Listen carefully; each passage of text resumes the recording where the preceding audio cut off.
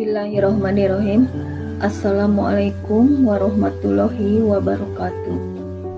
Baiklah, hari ini kita akan membahas mengenai ekonomi, yaitu tentang konsep ilmu ekonomi, di mana pada yang pertama akan kita bahas tentang mendeskripsikan konsep ilmu ekonomi.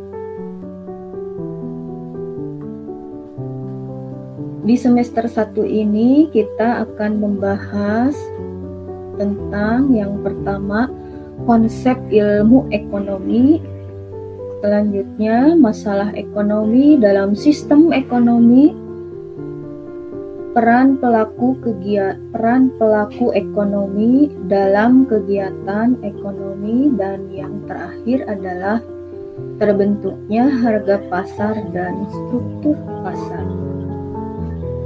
Baiklah, yang pertama kita akan membahas tentang konsep dasar ilmu ekonomi.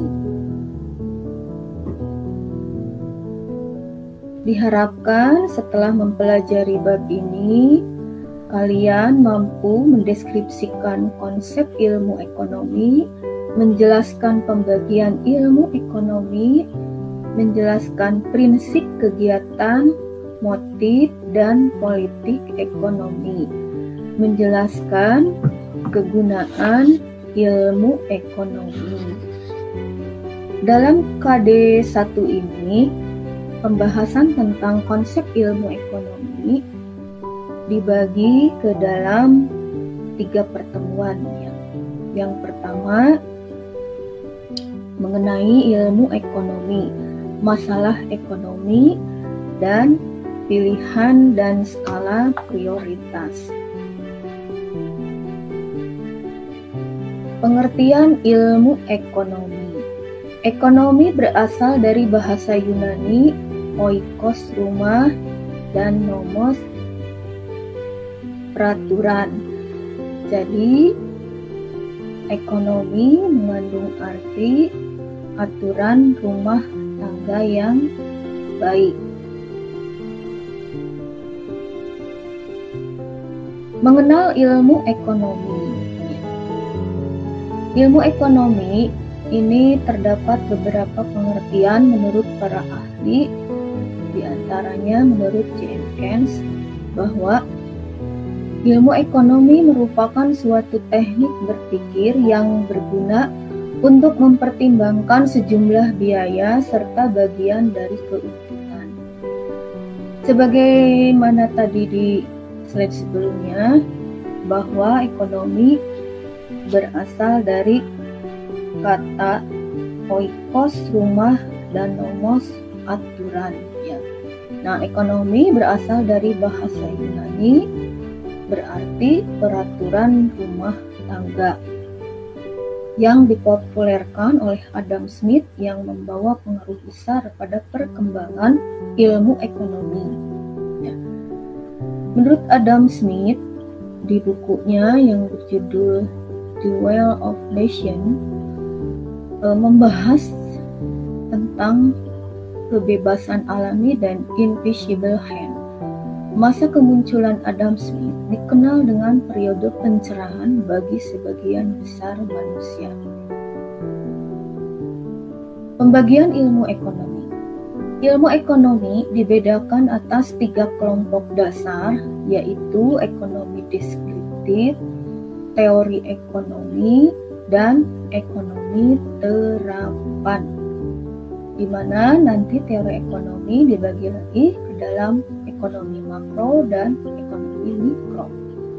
Ekonomi deskriptif berusaha menggambarkan keadaan perekonomian yang sebenarnya terjadi di masyarakat. Contohnya, jumlah pengangguran di Indonesia.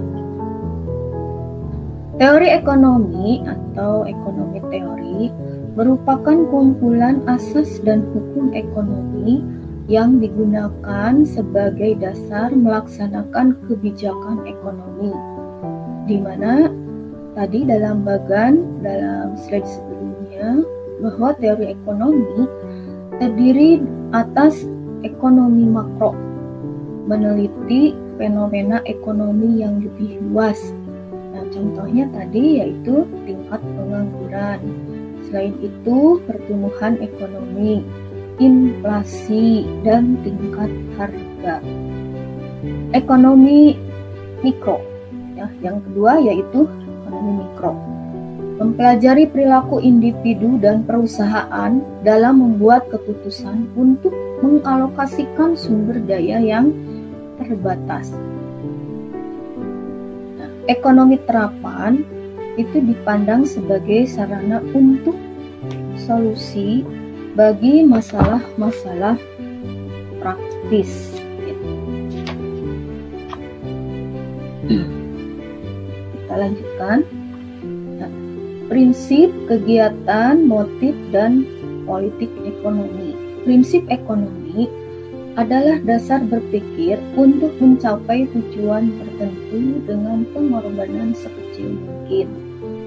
Kegiatan ekonomi adalah setiap langkah yang dilakukan manusia untuk memenuhi kebutuhan hidupnya, yaitu konsumsi, produksi, dan distribusi. Motif ekonomi adalah daya yang menggerakkan orang untuk melakukan suatu tindakan ekonomi. Politik ekonomi adalah paket tindakan untuk memperbaiki perekonomian yang bertujuan meningkatkan kemakmuran seluruh rakyat.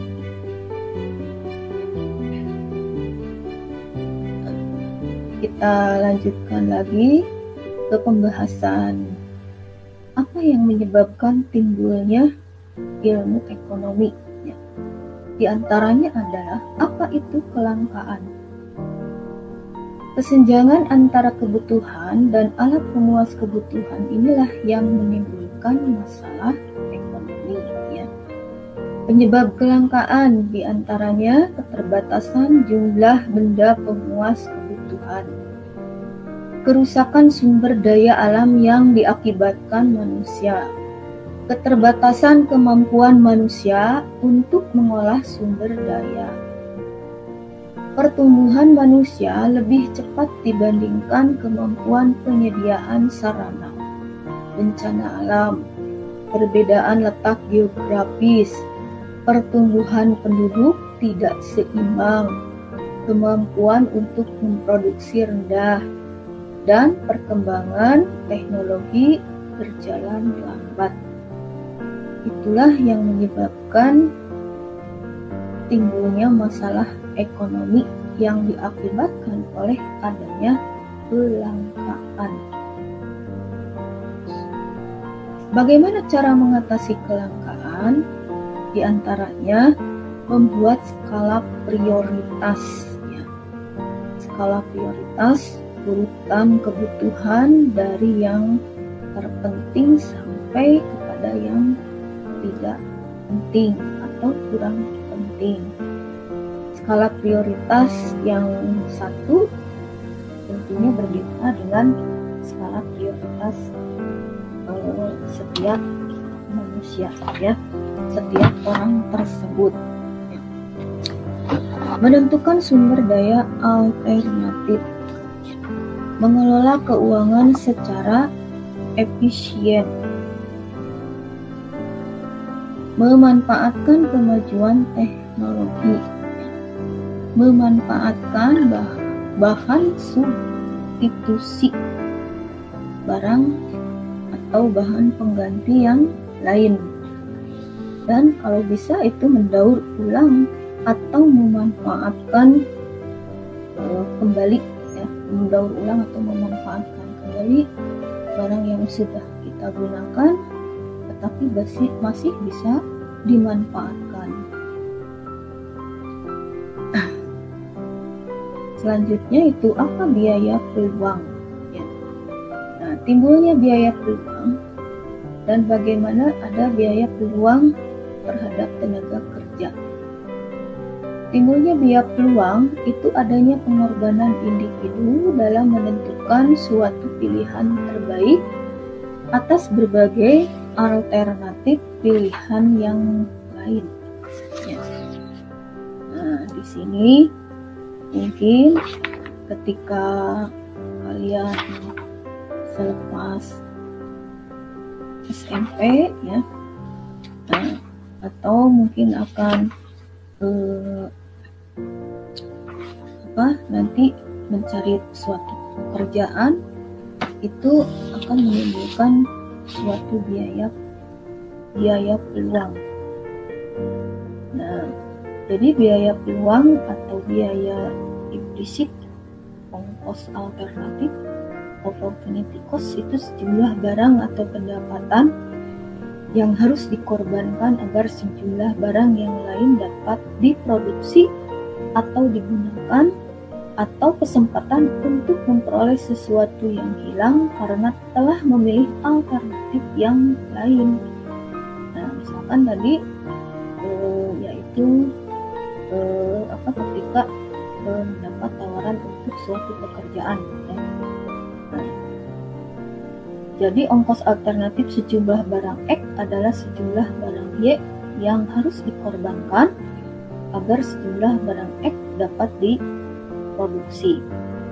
Nah, perlu kalian ketahui, jika suatu kegiatan perekonomian melakukan pengembangan usaha atau memperluas usaha dengan menghasilkan barang atau memproduksi barang yang lain, maka akan terjadi penambahan tenaga kerja yang sesuai dengan keahliannya.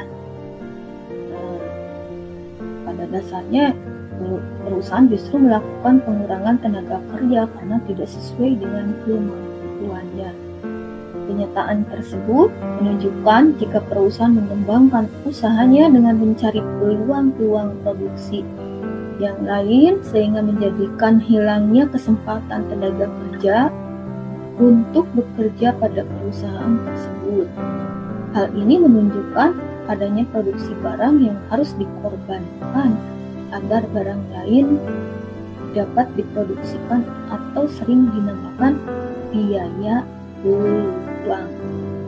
Nah, yang demikian biaya peluang itu disebut juga dengan biaya kesempatan atau alternatif ya dalam peluang tenaga kerja.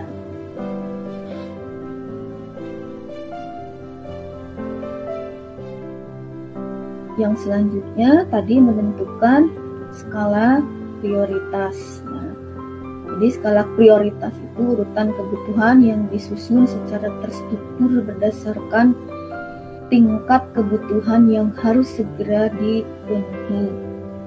Cara membuat skala prioritas kebutuhan, di antaranya menulis semua kebutuhan kalian, misalnya sebagai seorang pelajar, kira-kira itu urutan kebutuhan yang paling utama misalnya apa ya. Selanjutnya nanti setelah itu baru diurutkan lagi, kira-kira setelah yang pertama misalnya tadi adalah buku tulis ya, setelah itu misalnya setelah buku tulis misalnya apa lagi. Jadi pada intinya cara membuat skala prioritas itu diurutkan kepada hal-hal yang dibutuhkan sampai kepada kurang yang dibutuhkan ya. Nah, nanti kalian harus membuat urutan skala prioritas kebutuhan kalian sebagai seorang pelajar. Nah, dalam skala prioritas ini pada dasarnya setiap hari kita selalu dituntut untuk memenuhi kebutuhan hidup. Penghasilan yang kita terima dapat dipergunakan untuk memenuhi kebutuhan tersebut. Nah, seluruh pendapatan yang diperoleh akan dikeluarkan untuk mencukupi kebutuhan untuk konsumsi dan produksi maupun ditabung. karena jumlah kebutuhan konsumen tidak terbatas, maka sebaiknya disusun skala prioritas kebutuhan atau daftar urutan kebutuhan agar pendapatan yang dimiliki dapat digunakan sesuai dengan urutan kepentingannya. Adapun hubungan antara pendapatan dengan konsumsi adalah berbanding terbalik seperti yang dikemukakan oleh sarjana ekonomi Jerman bernama Engel yang terkenal dengan hukum Engelnya yang berbunyi, semakin besar pendapatan, semakin kecil bagian pendapatan yang digunakan untuk konsumsi. Dan sebaliknya, berdasarkan hukum Engel, maka kalian perlu berperilaku hidup hemat dengan menyusun anggaran dan skala prioritas sehingga antara besarnya penerimaan dan pengeluaran selalu seimbang.